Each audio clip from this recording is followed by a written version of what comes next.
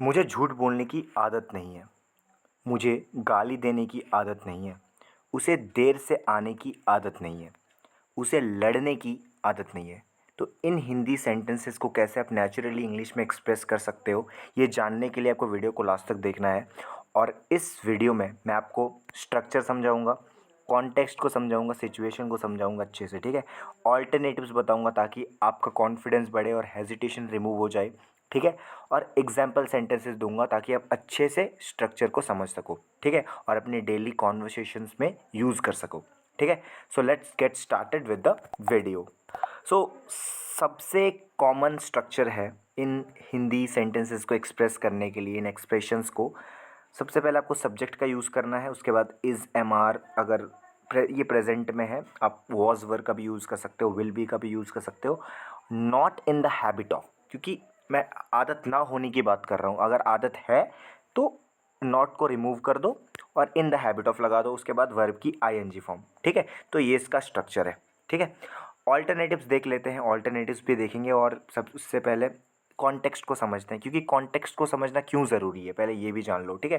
क्योंकि translating will make you a translator, not a fluent और eloquent speaker. आप कभी भी फ्लुएंट स्पीकर नहीं बन सकते अगर आप वर्ड फॉर वर्ड ट्रांसलेट करते रहोगे। फ्लुएंसी के लिए हमें फीलिंग्स और इमोशंस को एक्सप्रेस करना पड़ेगा। और एक्सप्रेस करने के लिए क्या करना पड़ेगा पता है? एक्सप्रेस करने के लिए हमें क्या करना पड़ेगा? कॉन्टेक्स्ट को समझना पड़ेगा कि सिचुएशन क्या है, जो आप स्ट्रक्चर यूज़ कर रहे हो उसका पर्पस क्या है, वो स्ट्रक्चर कन्वे क्या कर रहा है, ठीक है, किस किस सिचुएशन में यूज़ हो रहा है, ये देखना पड़ेगा। हिंदी सेंटेंस कुछ भी हो सकता है, हमें सिचुएशन को समझना है, अपनी इमोशन को अटैच करना है उस सिचुएशन के साथ, उस चीज़ को फील करके, ठीक है। Don't aim for translation but for expressing the situation, ये मंत्र है, ये मंत्र है फ्लुएंट इंग्लिश बोलने की, ठीक है। Don't aim for translation but for expressing the situation. हमें उस चीज़ को उस पिक्चर में सोचना है, विजुअलाइज करना है, फील करना है और एक्सप्रेस करना है, ठीक है। तो इस चीज़ को आपको ध्यान में रखना है, ठीक है। हमें हिंदी सेंटेंस से मतलब नहीं है, हमें सिचुएशन से मतलब है, ठीक है। हिंदी सेंटेंस मैं आपको बताऊंगा, उससे कोई दिक्कत वाली बात नहीं है, लेकिन सिचुएशन पे ध्यान होना चाहिए आपका, ठीक है। अब कॉन्टेक्स्ट को समझते हैं और ऑल्टरनेटिव्स देखते हैं और एग्जाम्पल सेंटेंसेस देखते हैं ताकि अच्छे से क्लियर हो जाए। So let's start. So context or purpose of this structure is used to describe habits, obviously, or tendencies, especially when you deny having a bad or uncommon habit, right? It conveys behavior patterns that are not part of your nature. It is not part of your nature, है ना। ये structure इस context, इस purpose को convey करता है, ठीक है। ये इसका सिचुएशन है, ठीक है। सो अब ऑल्टरनेटिव्स देखते हैं एक सेंटेंस की मदद से।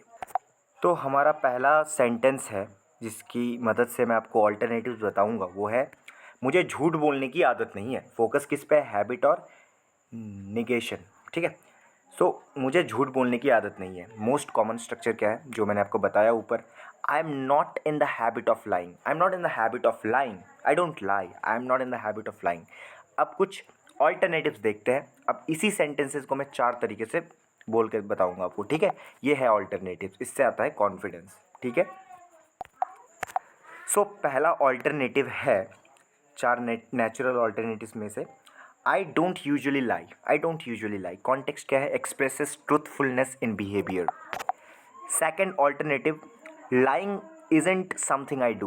Lying isn't something I do. Context more casual, shows it's not part of one's nature. It is not part of your nature. Lying is not part of your nature. तीसरा alternative है I am not someone who lies. I am not someone who lies, context expresses your identity as a truthful person, ठीक है। तो ये structure क्या करता है? Expresses your identity as a truthful person. चौथा ऑल्टरनेटिव है I have never made it a habit to lie.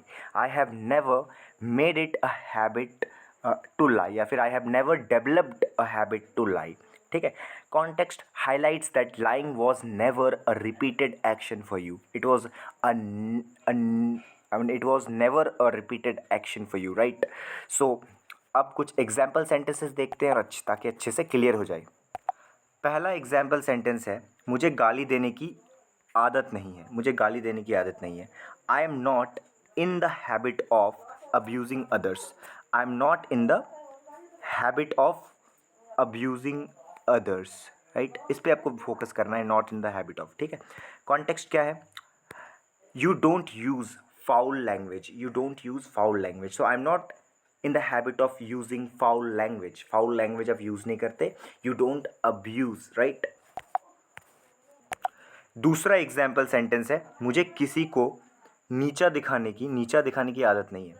I am not in the habit of putting others down. To put others down मतलब नीचा दिखाना. ठीक है. So I am not in the habit of putting others down. Context, you avoid hurting others' dignity. This is the context. तीसरा example है, मैं दूसरों की बुराई नहीं करता, ये मेरी आदत नहीं है. I am not in the habit of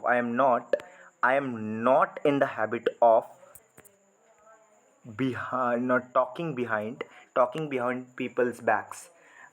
I'm not in the habit of talking behind people's backs.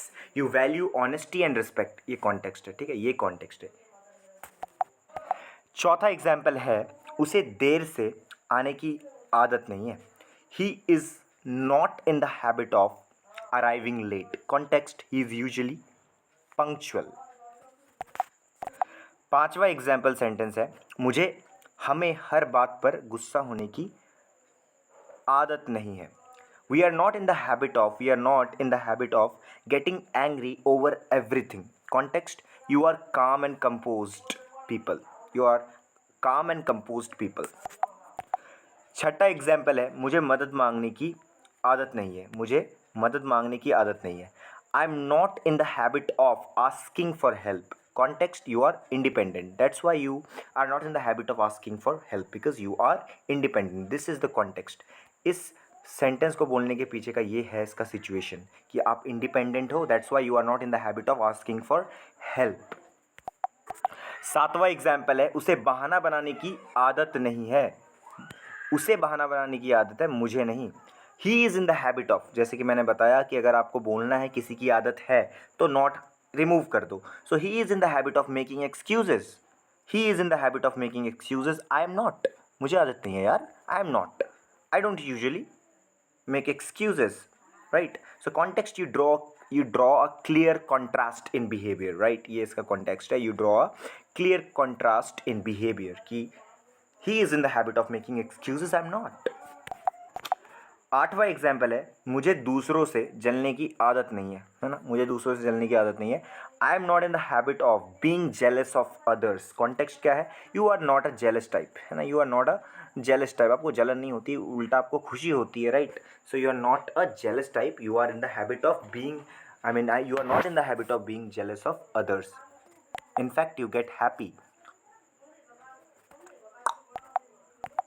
नवा एग्जाम्पल है, मैं किसी से झूठे वादे नहीं करता. मतलब क्या है यार, मैंने बताया था आपको शुरू में कि मैं आपको कोई लिटरल ट्रांसलेशन नहीं बताने वाला यहाँ पे. ठीक है, कि यार नहीं करता मतलब आप उसको सेंस को समझो यार. वही बात है ना, हैबिट की बात चल रही है ना.